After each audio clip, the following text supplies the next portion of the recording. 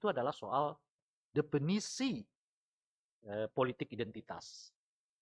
Politik identitas juga baru bisa dinyatakan politik identitas kalau ada calegnya, kalau ada partai politiknya, kalau ada pilpresnya. Kalau sekarang belum disebut sebagai praktek politik identitas gitu. Jadi ya mereka yang mau berbuat dengan menyerang identitas seseorang dalam dinamika politik dari hukum pemilu itu belum bisa diapa-apain. Tapi dari hukum positif mungkin udah bisa ditindak ya. Tapi kalau dari hukum pemilu, ya nggak bisa diapa-apain. Belum berlaku hukum pemilu, kira-kira begitulah. Menurut tafsir Bawaslu, ya. Jadi bukan menurut saya ini tafsir Bawaslu gitu.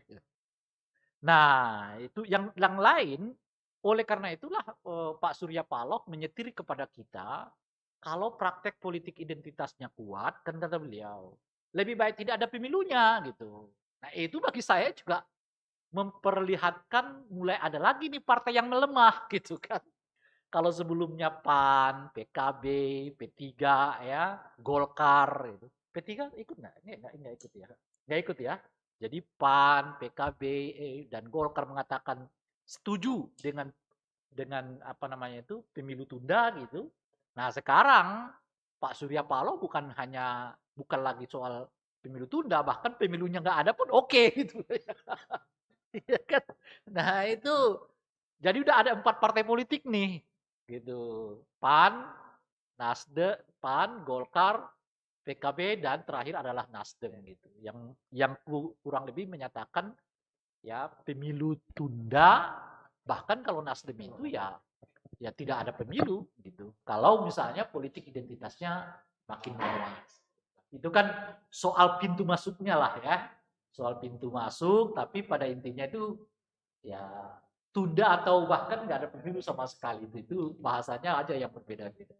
Nah ini faktor yang saya sebut sebagai faktor kelima ya atau faktor keenam dan variabel keenam dari ciri-ciri yang saya sebutkan itu tadi. Nah yang ketujuh adalah makin menguatnya ternyata ya makin menguatnya eh, apa istilahnya itu gerakan dukung Prabowo Jokowi. Kan seingat saya kemarin ya deklarasi itu semakin apa istilahnya itu ya, semakin disetir orang gitu, atau di apa namanya, dikritik orang, justru gerakan ini makin makin makin bukan apa ya, makin makin menegaskan diri gitu ya kepada publik gitu. Nah, saya nggak tahu apa tujuannya ini sekarang. Gitu. Nah, tentu ini akan, tapi kalau dalam bahasa yang lebih simpel, itu mau mengatakan bahwa eh, eh, eh, eh, kalau nggak ditunda, ya kita akan dukung Pak Prabowo dengan Jokowi sebagai calon presiden dan wakil presiden. Tahu saya memasukkan itu dalam rangkaian yang kita sebut sebagai variabel menuju ke tunda pemilu, kira-kira. Nah ini yang ke-8, ke-7 ya. Yang ke-8 adalah ada pernyataan ojo ke susu Pak Jokowi yang kedua. Gitu. Nah itu kemarin di Istana Negara ketika bertemu dengan apa namanya Projo ya, relawan Projo ya. Nah, saya udah beberapa tempat mengatakan agak beda nih ojo ke susu yang kedua ini dibandingkan dengan ojo ke susu yang pertama. Kalau ojo ke susu yang pertama itu Pak Jokowi mengatakan ojo ke susu ya, ini calonnya udah ada di sini gitu kira-kira ya kan. Ya, di antara peserta yang hadir itu ya, kita nggak usah sebutkan nama lah, sudah tahu maksudnya ya. Tapi ojo ke susu yang kedua ini justru yang sebaliknya. Ojo ke susu ya, belum tentu loh pemilunya 2024 kira-kira gitu ya. Itu kira-kira. Atau setidaknya ojo ke susu ya, belum tentu loh capresnya dia. Boleh jadi capresnya saya juga gitu ya kan. Capresnya si Anu gitu ya dan seterusnya. Jadi pernyataan ojo ke susu yang kedua ini menurut saya justru memberi sinyal ya soal desain yang kita sebut tadi menuju tunda pemilu ya. Gitu ya. Nah ini variabel yang apa nama itu yang ke-8 ya ojo ke susu ojo ke susu yang kedua ini agak beda dengan ojo ke susu yang pertama gitu ya ojo ke susu yang kedua ini menurut saya lebih dekat ke apa namanya itu ke desain tunda pemilu itu gitu kalau yang pertama itu jangan buru-buru ini calonnya udah ada kok Apa yang buru-buru? Nah, yang kedua ini ojo khusus belum tentu loh pilpresnya 2024 bisa 2000 sekian. Kalau 2020 sekian kan masih mungkin saya juga sebagai calon wakil presiden kan. Kira-kira gitu ya. Dan seterusnya. Nah, yang kesembilan tadi disebutkan oleh Bung Ari soal anggaran. Ya, anggaran yang bertele-tele ini. Alasannya karena bla blu bla blu. Tapi pada intinya adalah belum tersedia anggaran ya hampir 70%. Karena yang dikucurkan tuh masih 2, sekian triliun dari 8 triliun diminta. Itu hanya sekitar 30 ya persen dari kebutuhan yang diinginkan oleh KPU. Pertanyaannya adalah ini verifikasi faktual sudah mau dekat. Bagaimana KPU melaksanakan verifikasi faktual saat di mana anggaran untuk petugas mereka datang ke daerah-daerah melakukan verifikasi faktual itu tidak ada. Ya. Anggaran yang ada sekarang habis oleh Bawaslu untuk keperluan sosialisasi gitu. Belum masuk ke program tuh. Programnya masih sosialisasi. Gitu. Nah ini bagaimana? Tadi udah dibahas panjang lebar baik nanti soal anggaran ini. Ini faktual banget nih. Verifikasi faktual sudah dilakukan masuk September dengan saya ya. Bahkan pertengahan Agustus ini jadwalnya udah mulai masuk ke verifikasi faktual, demonstrasi. Tapi kalau duitnya nggak ada, gimana gerakin orang? Ke daerah-daerah, ke tempat-tempat terpencil ya, gitu. Meskipun mungkin nggak terlalu banyak karena sistemnya kan sistem apa ya, macam survei gitu ya, di uji petik di beberapa tempat. Tapi tetap butuh duit. Nah 2,5 T yang sekarang itu bisa cover itu enggak? Kalau enggak bagaimana? Apakah akan mungkin ada apa namanya itu ya penundaan verifikasi faktual atau tidak? Jadi dengan kosongnya kurangnya anggaran ini tentu ya, boleh kita sebut mengancam terselenggaranya verifikasi faktual. Nah kalau verifikasi faktualnya ditunda, nggak bisa dilakukan sesuai dengan jadwal, itu efeknya kan kemana-mana. Calegnya kan kita mundur, verifikasinya juga. Anggota DPD-nya juga akan mundur calonnya. Nah, ya dengan sendirinya ya begitu. Gitu. Diundur lagi, bukan lagi Februari, mungkin ke bulan berapa. Nah, kalau verifikasi faktualnya. Tapi kalau tetap dipaksakan verifikasi faktual dengan cara yang seperti sekarang, belum tentu itu legitimate. Karena mungkin tidak memenuhi prinsip-prinsip yang dibutuhkan sesuai dengan ketentuan yang dipilih oleh KPU dalam cara dan metodenya.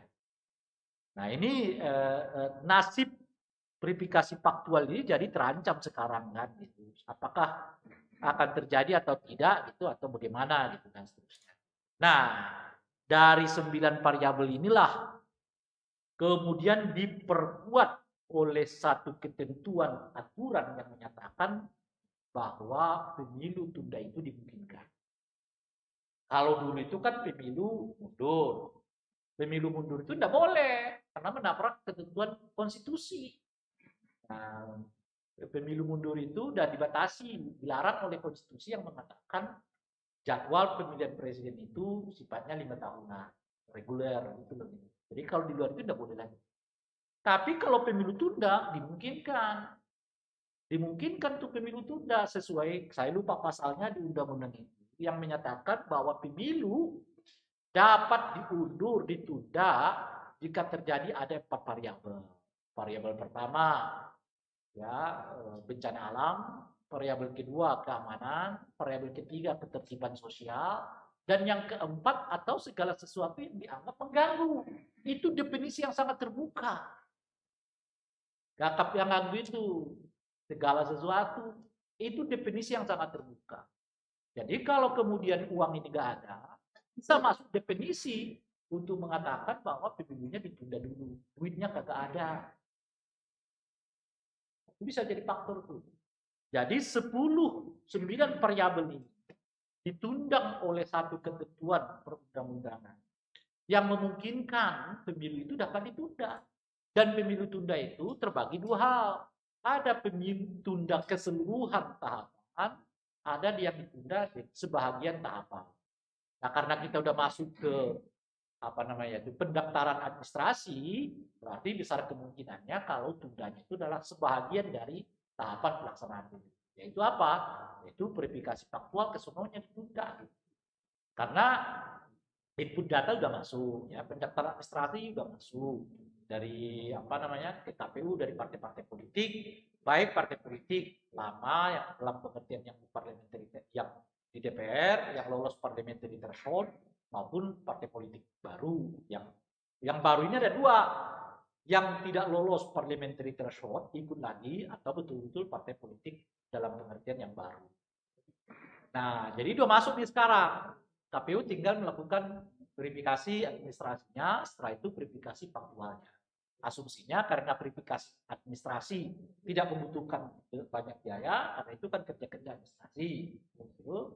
Nah, mungkin itu akan selesai. Jadi boleh jadi tundanya nanti di verifikasi faktual. Jadi sejak pemilu verifikasi faktual ditunda, ya itu sangat dimungkinkan karena tunda itu ada dua format. Format pertama adalah tunda keseluruhan tahapan, dan itu tidak mungkin karena kita sudah masuk ke pendaftaran dan kemungkinan nanti verifikasi administrasi, dan atau tunda sebagian dari tahapan pelaksanaan. Itu yang perlu kita tentang. Nah, oleh karena itulah tema diskusi yang dipancing oleh para pagi hari ini tidaklah berlebihan, dan kekhawatiran itu layak kita suarakan bersama-sama supaya ini menjadi konsen bersama. Bukan hanya konsennya KPU yang teriak-teriak soal uang, tapi konsen kita secara menyeluruh, ya, baik penyelenggara maupun partai politik, peserta pemilu, pemerintah dan sebagainya itu, sehingga kita tidak sampai ke situasi yang kita sebut tadi, yang saya sebut 9 variabel menuju tunda pemilu. Kurang lebihnya itu, mohon maaf kawan sekalian kalau ada yang kurang berkenan. Assalamualaikum warahmatullahi wabarakatuh.